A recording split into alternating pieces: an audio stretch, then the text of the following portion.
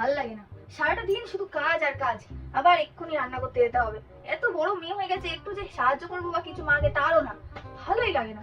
আরে মা, চিন্তা করছো কেন? তুমি আজকে রেস্ট নাও, আজকের বাড়ির সব রান্না আমি করে দেবো। বাবা সত্যি তুই রান্না করবি? কর তাহলে, ভালোই হবে, আমিও একদিন ছুটি পেয়ে যাবো। ঠিক আছে, তাহলে এখন আমি যাচ্ছি। মামা দেখো তো কোনটা নেব, এইটা না এইটা? ওইটা নে, ওইটা। ঠিক আছে। আচ্ছা মা, বলছি কোনটা নেব ঠিক করে বলো, এইটা না এইটা? আরে খুন্তিটা দিয়ে কর না। ও মা, বলছি কোন কৌটোর চিনিটা দেবো, এটা না এটা? আরে একটা কৌটো চিনি আর একটা কৌটো চা পাতা আছে, খুলে দেখেছিস? উফ।